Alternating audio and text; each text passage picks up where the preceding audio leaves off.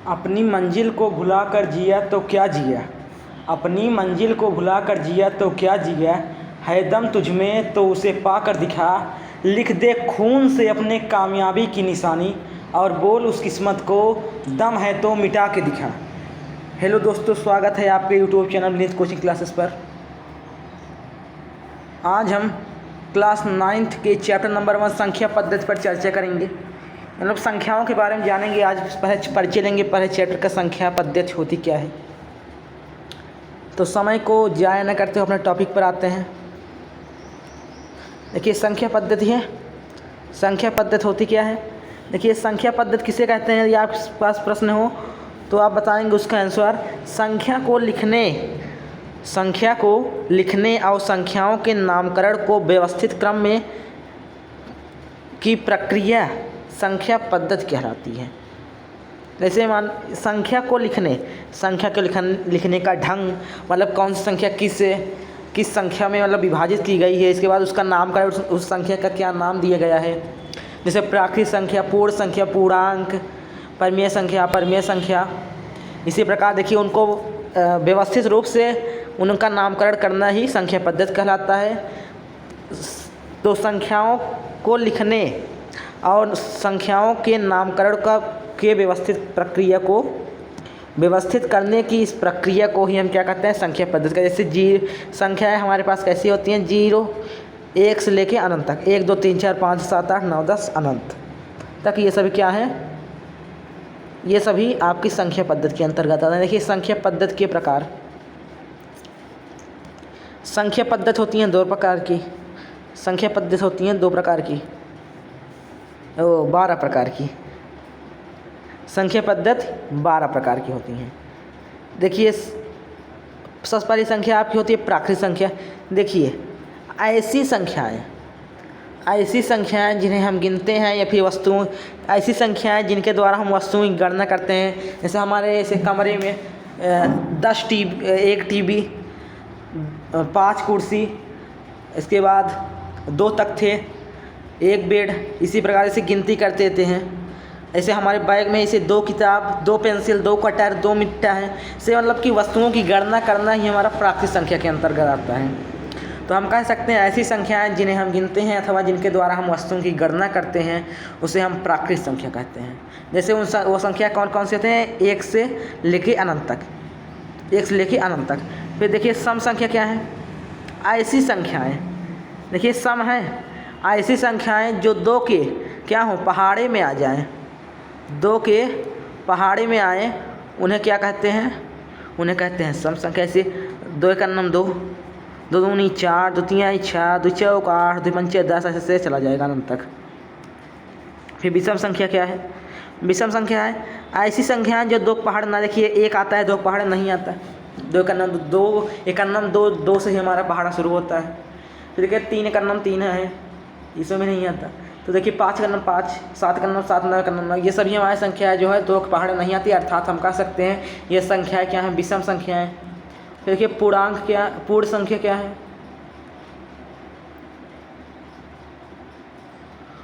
पूर्ण संख्या देखिए, हम कह सकते हैं देखिए 0 से लेकर अनंत तक जो थी आपकी संख्याएं, वो सब तो आपको प्राकृतिक संख्या थी, 1 से अनंत तक।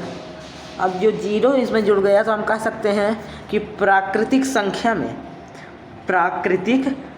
में 0 को शामिल कर लेने से पूर्ण संख्या का निर्माण हुआ। यही हमारी पूर्ण संख्या कहलाई। इसके बाद जैसे यदि मैं कह दूं प्रत्येक प्राकृतिक संख्या पूर्ण संख्या होती है, प्रत्येक प्राकृतिक संख्या पूर्ण संख्या होती है। सही बात, प्रत्येक प्राकृतिक संख्या पूर्ण संख्या होती है। क्योंकि देखिए, प्राकृतिक संख्या देखिए, एक 0 उसमें कम रहता है, और 0 जो है 0 प्राकृतिक संख्या में कम रहता है और पूर्ण संख्या में ज़्यादा। अर्थात हम कह सकते हैं, जैसे मैंने आप बता दिए, जैसे झोला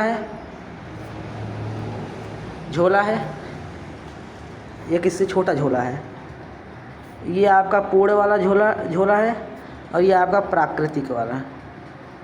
तो बताइए, ज़्यादा संख्या इसमें आएंगी, अर्थात हम कहते हैं ये इसकी संख्या हम इसमें डाल सकते हैं, इसकी संख्या इसमें नहीं डाल सकते।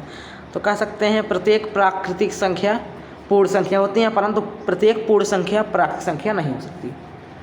फिर पूर्णांक क्या है, देखिए ऐसी संख्याएं जिनमें धनात्मक एवं ऋणात्मक संख्याएं अथवा जीरो तीनों का बोध हो उसे हम पूर्णांक कहते हैं। फिर भाज्य संख्या क्या है, ऐसी संख्याएं जिनके दो से क्या हो ज़्यादा या फिर अधिक गुणनखंड हो उसे हम कहते हैं भाज्य संख्याएं। ऐसी संख्याएं जिनके दो से अधिक गुणनखंड हों उसे हम कहते हैं भाज्य संख्या। ऐसे 4, देखिए 4, 2 दूनी 4, 2 कन्नम 2, देखिए 2 हैं, 2 गुणन है, 2 गुणे 2 गुणे 1 लिख सकते हैं, यानी इसके 2 से अधिक हैं, 3 हैं। अब ऐसे मैं यही कह दूं, अगर 3 कह दूं तो देखिए 3 का नाम 3, इसका 1 गुणा 3 ही बन रहा है, मतलब कि 1 गुणा 3 में, तो हम कह सकते हैं कि ये क्या है, अभाज्य संख्या।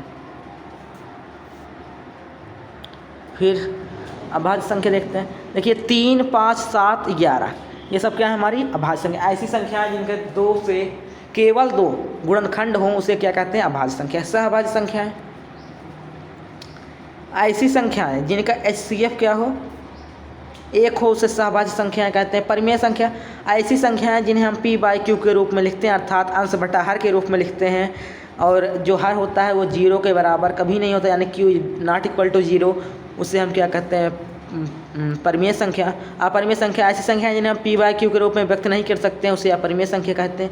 वास्तविक संख्या, परिमेय संख्या और अपरिमेय संख्या के समूह को वास्तविक संख्या कहते हैं।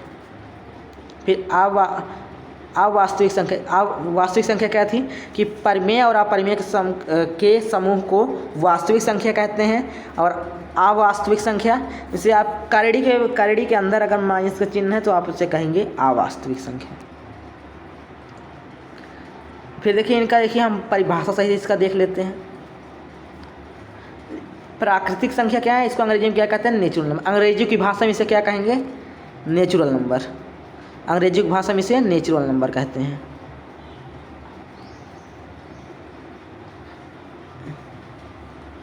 नेचुरल नंबर कहते हैं। देखिए इसकी परिभाषा क्या है कि गिनने में उपयोग की जाने वाली संख्या प्राकृतिक संख्या। वही हमने आपको बताया कि ऐसी संख्याएं जो गिनने के प्रयोग में लाई जाएँ उसे हम प्राकृतिक संख्या कहते हैं। जैसे 1 2 3 4 5 6 गणना हम वस्तु कर लेते हैं कि 10 कुर्सी 10 मेज 10 पुस्तक 10 दरवाजे 10 कुर्सी 10 मेज। इसी प्रकार से सम संख्या क्या है, ऐसी प्राकृतिक संख्या जो 2 से पूर्णतः विभाजित हो जाए, जो 2 से पूर्णतः आए, 2 पहाड़े में आएगी, 2 से पूर्णतः विभाजित हो जाए उसे हम सम संख्या कहते हैं। जैसे 2 4 6 8 10, मतलब कि 2 का पहाड़ा अनंत तक। फिर विषम संख्याएं, ऐसी प्राकृतिक संख्या जो 2 से पूर्णतः से विभाजित नहीं होती वास्तविक संख्या विषम संख्या कहलाती है। 2 से न कटे, ऐसी संख्याएं जो 2 से भाग देने पर पूर्णतः विभाजित न हो उसे हम विषम संख्या कहते हैं। इसको अंग्रेजी की भाषा में ऑड नंबर कहते हैं, जैसे 1 3 5 7 9 11 अनंत। फिर देखिए पूर्णांक क्या है, पूर्णांक, इसको अंग्रेजी की भाषा में इंटीजर कहते हैं। क्या कहते हैं, इंटीजर। देखिए धनात्मक, ऋणात्मक और शून्य मिलकर बनी संख्याओं के इस समूह को क्या कहते हैं, पूर्णांक कहते हैं। जैसे -5 -4 -3 -1 फिर ऐसे बाद 0 के बाद क्या है, धनात्मक 1 2 3 4 5 है, अनंत तक आ गया। ध्यान से लगे रहिए, आपको हम बर्बाद कर देंगे, आपको हर सब्जेक्ट जो है हवा कर देंगे आपके लिए। आपके सामने कोई भी सब्जेक्ट जो है घुटने टेक देगा, हर सब्जेक्ट। देखिए पूर्ण संख्याएं 3 प्रकार, पूर्णांक संख्याएं जो है 3 प्रकार, जैसे धनात्मक संख्या, ऋणात्मक संख्या, उदासीन पूर्णांक। 3 प्रकार देखिए कौन क्या क्या होते हैं। धनात्मक संख्या 1 से लेकर अनंत तक की सभी धनात्मक संख्याओं का धनात्मक पूर्णांक कहते हैं। 1 से लेकर अनंत, देखिए ऋणात्मक, अब 1 से लेकर अनंत तक की सभी ऋणात्मक संख्याओं का पूर्णांक। उदासीन पूर्णांक, ऐसा पूर्णांक जिस पर धनात्मक और ऋणात्मक चिन्ह का कोई प्रभाव न पड़े तो उसे हम, तो यह 0 होता है। तो 0 ना तो धनात्मक है ना ही ऋणात्मक है, यह उदासीनीकरण है, उदासीन है। फिर पूर्ण संख्या क्या है, प्राकृतिक संख्या में देखिए पूर्ण संख्या को अंग्रेजी की भाषा में होल नंबर कहते हैं। प्राकृतिक संख्या में 0 को शामिल कर लेने से यह पूर्ण संख्या बनती है। सही बात, देखिए 1 से लेकर अनंत तक पहले हमारी थी, अब जब इसमें जब 0 जोड़ देगा तो हमारी पूर्ण संख्या बन जाएगी। भाज्य संख्या क्या है? भाज्य संख्या को अंग्रेजी की भाषा में कंपोजिट नंबर कहते हैं। ऐसी प्राकृतिक संख्या जो स्वयं और एक से विभाजित होने के अतिरिक्त कम से कम किसी एक अन्य संख्या से विभाजित हो उसे भाज्य संख्या कहते हैं। मतलब कि अर्थात उसके दो से क्या हो, अधिक गुणनखंड हो, उसे हम कहते हैं भाज्य संख्या। 4, 6, 8, 9, 10 इत्यादि अनंत तक। फिर देखिए अभाज्य संख्या क्या है? Prime number. इसको अंग्रेजी की भाषा में कहते हैं, क्या कहते हैं? Prime number. ऐसी प्राकृतिक संख्या जो सिर्फ स्वयं से और एक से विभाजित हो और किसी अन्य संख्या से विभाजित ही न हो उसे हम अभाज्य संख्या कहते हैं। जैसे उदाहरण के लिए हम देख सकते हैं 2, 3, 5, 11, 13 अनंत तक ऐसे चली जाएंगी। फिर सहभाज्य संख्या, सहभाज्य संख्या को प्राइम नंबर। इसको अंग्रेजी की भाषा में को प्राइम नंबर कहते हैं। कम से कम दो अभाज्य संख्याओं का ऐसा समूह, कम से कम दो अभाज्य संख्याओं का ऐसा समूह जिनका HCF क्या हो? सहभाज्य संख्या हो। सहभाज्य संख्या यानी एक हो, उसे हम कहते हैं सहभाज्य संख्या कहलाती है। जैसे 5, 7 का देखिए युग्म, 5 और 7 का देखिए HCF हमने कहा ना। देखिए इसका HCF जब लेंगे तो 5 का नाम 5 कितना बच्चा 2, फिर देखिए 5 फिर नीचे उतर जाएगा, 2 दूनी 4, एक बच्चा देखिए, ये देखिए आ गया हमारा, इसका HCF 1 आ गया। तो अर्थात हम कह सकते हैं ये क्या है? सहभाज्य संख्या। परिमेय संख्या को अंग्रेजी की भाषा में रेशनल नंबर कहते हैं। क्या कहते हैं? Rational number. ऐसी सभी संख्याएं जिन्हें हम P/Q के रूप में लिखते हैं उन्हें हम परिमेय संख्या कहते हैं। Q हर का मान जो है 0 के बराबर नहीं होता है। जैसे 3/4, 7/15, 7/12, 17/19, 125, करड़ी में 125, 625, ये सब हमारे क्या है? परिमेय संख्या। फिर देखिए अपरिमेय संख्या यानी irrational number. Irrational number, irrational number क्या है? इरेशनल नंबर क्या है? इरेशनल नंबर है ऐसी संख्याएं जिन्हें P/Q के रूप में नहीं लिखा जा सकता और मुख्यतः उन्हें करड़ी के अंदर रखा जाता है, उनका पूर्ण वर्गमूल नहीं होता, उसे हम क्या कहते हैं? अपरिमेय संख्या। जैसे करड़ी में 13, करड़ी में 17, करड़ी में 123, 217, 257, 567 सब करड़ी में है। पाई क्या है? एक अपरिमेय संख्या, क्योंकि इसका धनात्मक जो है प्रसार अशांत अनावर्ती होता है। फिर देखिए वास्तविक संख्या क्या होता है? वास्तविक संख्या को अंग्रेजी की भाषा में रियल नंबर कहते हैं। क्या कहते हैं? Real number. रियल नंबर कहते हैं। देखिए आपका क्या है? परिमेय और अपरिमेय को सम्मिलित रूप में लिखने पर वास्तविक संख्या प्राप्त होती है। जैसे 3/5, 7/11, ये सभी इत्यादि, ये सब क्या हैं? आपकी वास्तविक संख्या। फिर आपका क्या आया? अवास्तविक संख्या। यह एक काल्पनिक संख्या है जिसका वास्तविक नहीं होता।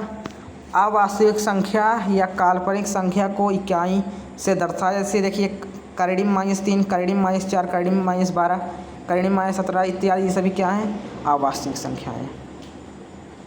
फिर देखिए भाग के सूत्र।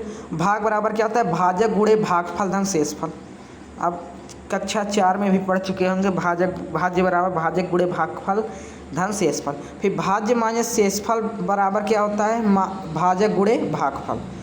भाज्य माइनस शेषफल बटा भागफल बराबर होता है भाजक के। तो उम्मीद होगी बच्चों आपको यहाँ तक जो है कंप्लीट संख्या पद्धति वाला चैप्टर जो है आपका परिचय जो है समाप्त हो गया है। आपने इसमें संख्याओं का ज्ञान बहुत ही अच्छे ढंग से ले लिया है। उम्मीद होगी कि आपको समझ में आ गया होगा। लाइक का, अगर अच्छा लगे वीडियो तो लाइक का बटन दबाना ना भूलें। और कमेंट आप लोग नहीं करते हैं। देखिए कमेंट आप लोग करेंगे तो हमारा एक हौसला जागृत होता है कि देखिए हमें पता लगता है हमारी कमियों का हमें आभास होता है कि हम कमियां हैं कि अच्छाइयाँ हैं, मतलब हमें अपने गुण और दोषों का ज्ञान होता है। इस कारण से आप लोग कमेंट करना ना भूलें। अब मित्रों अपने मित्रों के पास भी इसको शेयर कर दीजिए करें वीडियो को। आज के लिए धन्यवाद। Thanks for watching. आपका दिन शुभ हो, मंगलकारी हो। मिलेंगे आपसे फिर अगले सेशन में एक शानदार से वीडियो के साथ। तब तक के लिए धन्यवाद। आपके भैया आपके साथ। Thanks for watching.